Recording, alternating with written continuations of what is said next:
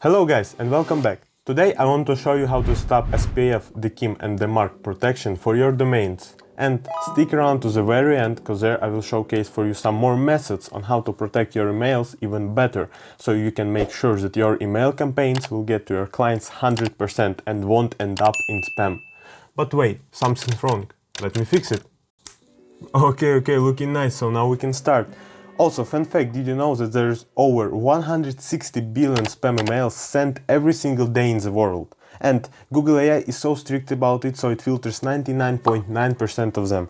And right now it thinks that your multi-thousand-dollar business is one of them. So let me help you with this. You might be thinking, but I'm not a scammer. I just want to do my business and that's literally it. I don't want to spam anyone with some Well, the internet doesn't care about feelings, it cares about your reputation. And today I will be your domain doctor and showcase for you the holy trinity of email delivery, the secret tracking tools you didn't know existed, and the behavioral mistakes that are secretly sabotaging your inbox rates. Grab a notebook and take some notes. Getting into the inbox is like trying to get into the club through this big security guy. And to do this you need three forms of identification: SPF, DKIM and DMARC. So let's translate it from geek to human and I will show you how to do this. Number 1, SPF. This is a VIP guest list. It's a text record on your domain that tells the world, hey, only Google, MailChimp and Zoho are allowed to send emails for me. Crucial tip from our audits. Never create two SPF records. That's like giving the bouncer two completely different guest lists. He'll just get confused and reject everybody. Also, if you have even one extra space or typo in that code, your emails are dead on arrival. Number 2, DKIM. This is a cryptographic unbreakable wax seal on your email. If a hacker intercepts your message in transit and tries to change your bank invoice details, the seal breaks. The receiving server sees that broken seal and throws the email in the trash. You need a separate DKIM for every single sending software you use. And the last one, DMARC. This is a both. SPF and DKIM do the checking, but DMARC tells the server what to do with the fakes. Do we just watch them or throw directly into spam? But be warned, if you immediately set your DMARC policy to reject, you might accidentally lock yourself from your own house. You have to warm it up. Start at none just to monitor the traffic. Then over a few weeks, move to a quarantine at 10% and slowly scale it up to 100. Treat it like getting into a hot tub. Do it slowly or you're gonna get burned. Now, how do you know whether Google likes you or not? Use some magic. First is Google Postmaster Tools. It's completely free. You connect your domain and Google gives you a dashboard showing your exact reputation score. High, medium, low or bad. If your user spam complaint rate goes above 0.3%, I repeat, 0.3%, that's just 3 complaints by 1,000 emails, Google will instantly drop your score. Second weapon, Glock apps.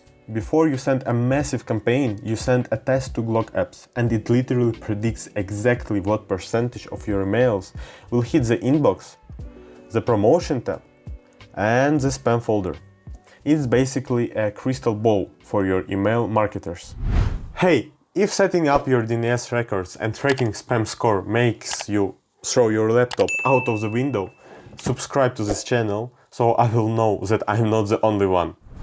Okay, your tag is flawless and you're tracking your score, but your domains still end up in spam. You may ask me why. Behavioral mistakes. And the mistake number 1 is that you're mixing your cold outreach with your main brand domain. If you send 5,000 cold marketing emails from your company.com and a bunch of angry people will report it as a spam, your domain will get blacklisted and suddenly the real clients will stop receiving invoices.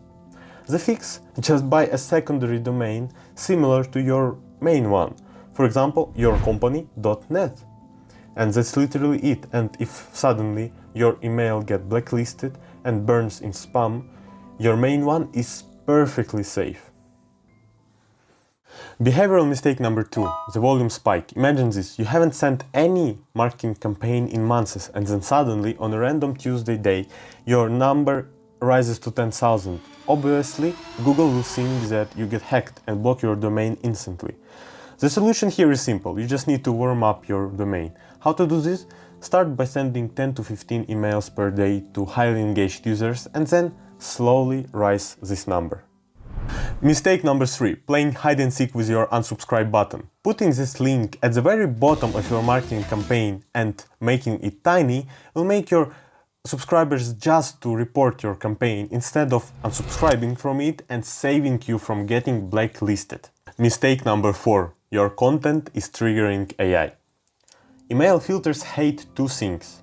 First, image-heavy emails. If your email is one huge JPEG and barely any text, you're going to spam directly. The golden ratio is around 60% of text and 40% of image. And second, spam words. If your subject line has free, super discount or urgent in all caps with a dozen of exclamation marks, you are basically wearing a neon sign that says, I am a spam.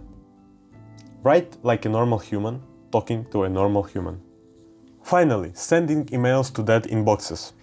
If you send emails to fake or typed addresses, they bounce back. If your hard bounce rate goes over 5%, algorithms downgrade you instantly. Clean your list, use double opt-in, so users have to confirm their emails before joining your list. And remember, quality over quantity, always. Thanks for watching, guys. Give this video a like and subscribe to our channel, and don't forget to leave a feedback. I would absolutely love to read it. Thanks once again and see you later. See you later.